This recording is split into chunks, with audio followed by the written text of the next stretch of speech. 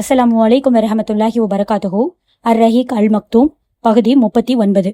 Medina வாழ்க்கைய 3 காலகட்டங்களா பிரிக்கலாம். 1வது, இஸ்லாமிய சமூகத்திற்கு அடித்தளம் அமைக்கிறது, இஸ்லாமிய அழைப்பு பணியை உறுதிப்படுத்துறது. இந்த காலகட்டத்துல மதீனாவிற்குள்ள பெரு குழப்பங்களும் பிரச்சனைகளும் ஏற்பட்டுச்சு. மதீனாவிற்கு வெளியிலிருந்து முஸ்லிம்களை அழிப்பதற்காகவும் அழைப்பு பணியை வேறறுப்பதற்காகவும் எதிரிகள் பெரும் போர்களை நடத்தினாங்க. ஆனா இந்த காலகட்டம் ஹிஜ்ரி 6ஆம் ஆண்டு துல்கைதாவில் நடந்த ஹுதைபியா உடன்படிக்கையுடன் முடிவடைஞ்சிச்சு. அதற்கு பிறகு அல்லாஹ் முஸ்லிம்களுக்கு வெற்றியையும் ஆதிக்கத்தையும் அருளினா. 2வது காலகட்டம் மிகப்பெரிய எத்தியுடன் சமாதான ஒப்பந்தம் செய்து கொள்ளுதல், அரசர்களை இஸ்லாமிய பக்கம் அழைத்தல், சதித்திட்டங்களை முறியடித்தல். இந்த காலகட்டம் ஹிஜ்ரி 8ஆம் ஆண்டு ரமலான் மாதம் புனித மக்கா வெற்றியுடன் முடிவுற்றுச்சு. 3வது காலகட்டம் குழுக்களை வரவேற்றுதல், அல்லாஹுவின் மார்க்கத்தில் மக்கள் கூட்டம் கூட்டமாக நுழைதல். இந்த காலகட்டம் மக்கா வெற்றியிலிருந்து 11ஆம் ஆண்டு ரபியுல் அவ்வல் மாதத்தில் நபி ஸல்லல்லாஹு அலைஹி வஸல்லம் அவர்கள் மரணிக்கும் வரை தொடர்ந்துச்சு. ஹிஜ்ரா சமயத்தில் மதினாவில் வசிப்பவர்களும் அவர்களின் நிலைமைகளும் பத்தி கொஞ்சம் பார்ப்போம். முஸ்லிம்கள் மக்காவிலிருந்து மதினாவிற்கு ஹிஜ்ரா செய்தாங்க. இந்த ஹிஜ்ராவிற்கு காரணம் மக்காவில் அவர்களுக்கு இழக்கப்பட்ட இன்னல்களிலிருந்து தப்பிக்கிறது மட்டும் அல்ல, மாறாக பாதுகாப்பான ஒரு ஊரில் புதியதோர் சமுதாயத்தை நிறுவுவதும் ஹிஜ்ராவின் நோக்கமா இருந்துச்சு. அதனால ஹிஜ்ரா செய்ய ஆற்றல் பெற்ற ஒவ்வொரு முஸ்லீமும் ஹிஜ்ரா செய்து அந்த புதிய சமுதாயத்தை கட்டமைப்பதில் பங்கு கொள்ளணும். அந்த ஊரை பாதுகாப்பதற்கும் அதனுடைய தகுதியை உயர்த்துவதற்கும் முழு அளவில் முயற்சி செய்யணுங்கிறது அவங்களுக்கு கட்டாயமா இருந்துச்சு. அந்த சமூகத்தை நிறுவுவதிலும் அதே அமைப்பிலும் நபி ஸல்லல்லாஹு அலைஹி வஸல்லம் அவர்களே முன்னோடியாகவும் தலைவராகவும் வழிகாட்டியாகவும் இருந்தாங்க. அனைத்து பொறுப்புகளுக்குரிய அதிகாரங்கள் முழுவதும் நபி ஸல்லல்லாஹு அலைஹி வஸல்லம் அவர்களிடமே இருந்துச்சு. இதனால மற்ற எவருக்கும் எந்தவித மனக்கசப்பும் இல்ல.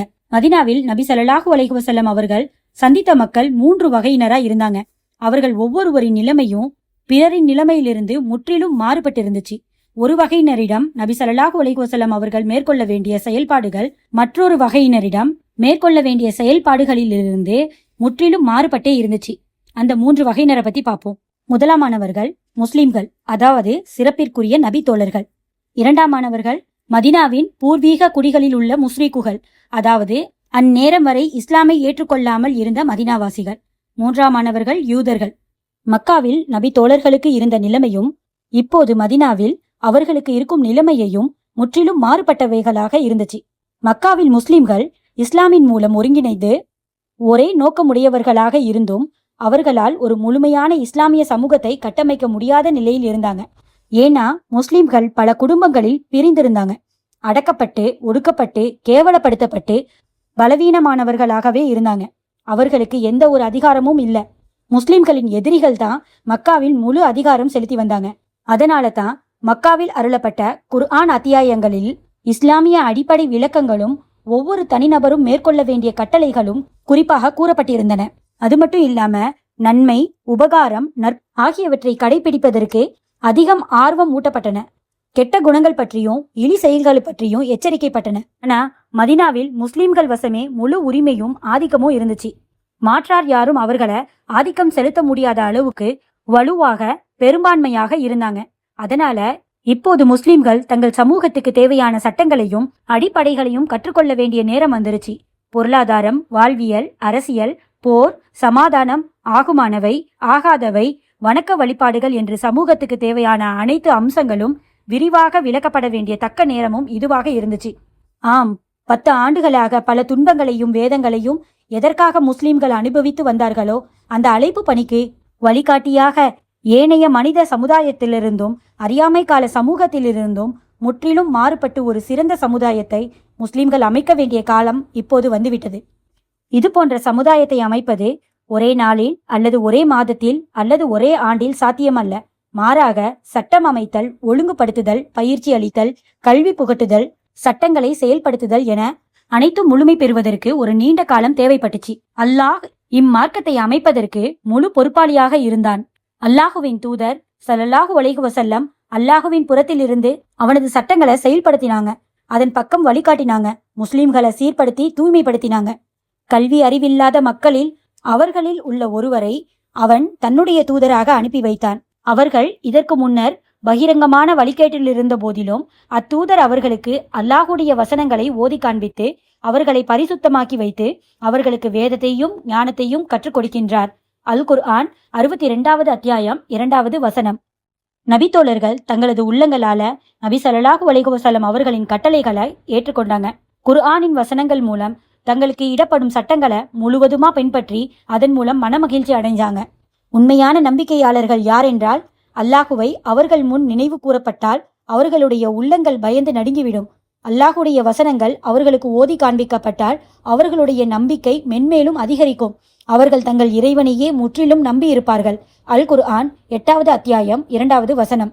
இஸ்லாமிய சமுதாயத்தை உருவாக்குவதுதான் இஸ்லாமிய அழைப்பு பணி மற்றும் முகமது நபி ஸல்லல்லாஹு அலைஹி வஸல்லம் அவர்களின் தூதுவத்தின் அடிப்படை நோக்கமும் குறிக்கோளுமா இருந்துச்சு. இதுதான் முஸ்லிம்களுக்காக நபி ஸல்லல்லாஹு அலைஹி வஸல்லம் அவர்கள் செய்த மிக மகத்தான பணியா இருந்துச்சு. இது அவசரமாக செஞ்சு முடிக்க வேண்டிய தற்காலிக பணி அல்ல, இது அடிப்படை பிரச்சனையா இருந்துச்சு. இது முடிப்பதற்கு பல காலங்கள் தேவைப்பட்டுச்சு. ஆனா அங்கு உடனடியாக தீர்க்கப்பட வேண்டிய பல அவசர பிரச்சனைகளும் இருந்துச்சு. அதில் மிக முக்கியமானது அப்போதைய முஸ்லிம்களின் நிலைமை. அவர்களின் இரு வகையினரா இருந்தாங்க.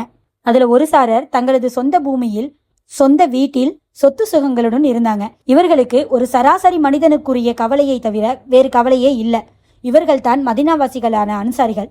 இந்த மதீனாவாசிகளுக்கு இடையில் கடுமையான பகைமையும் சண்டையும் இருந்து வந்துச்சு. மற்றொரு சாரர் முஹாஜிர்கள், அதாவது நாடு துறந்தவர்கள். அவர்களுக்கு சொந்த நாடும் இல்ல, சொந்த வீடும் இல்ல, வாழ்வதற்குண்டான எந்த வாழ்வாதாரமும் அவர்களிடம் இல்ல. தங்களது உயிரை காப்பாற்றிக் கொள்ள மக்காவிலிருந்து மதீனாவிற்கு தப்பி வந்தவங்க.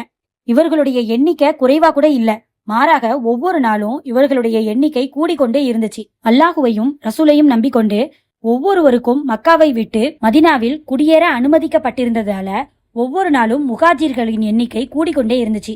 மதீனாவில் செல்வ வளங்களும் அதிகம் இல்லாததுனால மதீனாவின் பொருளாதாரம் மிகவும் பாதிப்படைஞ்சிச்சு. இந்த சிரமமான நெருக்கடியான நேரத்துல இஸ்லாமிற்கு விரோதமான சில சக்திகள் முஸ்லிம்களுக்கு பொருளாதார தடையை ஏற்படுத்தினாங்க. இதனால மதீனாவிற்கு இறக்குமதியாகும் பொருட்களும் வருவாய்களும் குறைஞ்சிச்சு. நெருக்கடி மிகுந்த சிரமமான சூழ்நிலைகள் உருவாவுச்சு. இரண்டாவது வகையினர் மக்காவின் பூர்வீக குடிமக்களின் உள்ள முஸ்ரிக்குகள், அதாவது இணை வைப்பவர்கள். இவர்களிடம் முஸ்லிம்களை ஆதிக்கம் செலுத்துவதற்கான எந்த அதிகாரமும் இல்ல. இவர்களுடைய உள்ளத்துல இஸ்லாம பற்றி பல சந்தேகங்கள் இருந்துச்சு. தங்களது மூதாதையர்களின் மதத்தை விட்டு விடுவதே தங்களுக்கு உகந்ததாங்கிறத யோசிச்சுக்கிட்டே இருந்தாங்க. ஆனா இஸ்லாமிற்கும் முஸ்லிம்களுக்கும் எதிராக எந்தவித விரோதத்தையும் குரோதத்தையும் சூழ்ச்சியையும் அவங்க செய்யல. சில காலங்கள் தான் இவ்வாறு கடந்திருக்கும். அதற்குள் இவர்களும் இஸ்லாமை தழுவி தங்களது வழிபாடுகளை அல்லாஹ் ஒருவனுக்கேன்னு ஆக்கி கொண்டாங்க. இவர்களில் சிலர் மட்டும்தான் நபி ஸல்லல்லாஹு அலைஹி வஸல்லம் அவர்களுக்கும் முஸ்லிம்களுக்கும் எதிராக விரோதம் கொண்டிருந்தாங்க. ஆனா அவர்களால முஸ்லிம்களை எதிர்க்கும் அளவிற்கு சக்தி இல்ல. சூழ்நிலைகளை கருதி முஸ்லிம்கள் மீது தங்களுக்கு அன்பு இருப்பதா காட்டிக்கிட்டாங்க. இவர்களிலேயே மிக முக்கியமானவன் அப்துல்லா இப்னு உபை என்பவன் தான். புஆஸ் என்ற யுத்தம் நடந்ததற்கு பின் அவுஸ் கஸ்ரஜ் ஆகிய 2 கிளையினரும் சேர்ந்து தங்களுக்கு ஒரு தலைவரை நியமித்துக் கொள்ள ஆலோசனை செஞ்சாங்க. அதன்படி அப்துல்லா இப்னு உபையை தங்களது தலைவரா ஆக்கலாம்னு முடிவு செஞ்சிருக்க சமயத்துல நபி ஸல்லல்லாஹு அலைஹி வஸல்லம் அவர்கள் மதீனாவிற்கு வந்து விட்டதால மதீனாவாசிகள் இவனை கைவிட்டுட்டு நபி ஸல்லல்லாஹு அலைஹி வஸல்லம் அவர்களின் பக்கம் திரும்பிட்டாங்க. அதனால நபி ஸல்லல்லாஹு அலைஹி வஸல்லம் அவர்கள் தான் தனது தலைமைத்துவத்தை பறித்து கொண்டாருன்னு நினைச்சு அவர்களின் மீது அப்துல்லா மிக கோபமா இருந்தாலும் சூழ்நிலைகளை கருதியும் எஞ்சியிருக்கும் கண்ணியத்தையும் இழந்து விடுவோம் என்ற பயத்துல பத்ரு போருக்கு பின்பு தாம் இஸ்லாமை ஏற்றுக்கொண்டதாக அறிமுகப்படுத்தினான். ஆனா உள்ளத்தில் நிராகரிப்பையே மறைத்து வைத்திருந்தான். நபி ஸல்லல்லாஹு அலைஹி வஸல்லம் அவர்களுக்கும் முஸ்லிம்களுக்கும் எதிரா சூழ்ச்சி செய்வதற்கு கிடைக்கும் சந்தர்ப்பங்களை பயன்படுத்தி கொண்டு அவர்களுக்கு தொந்தரவு கொடுத்து கொண்டிருந்தான்.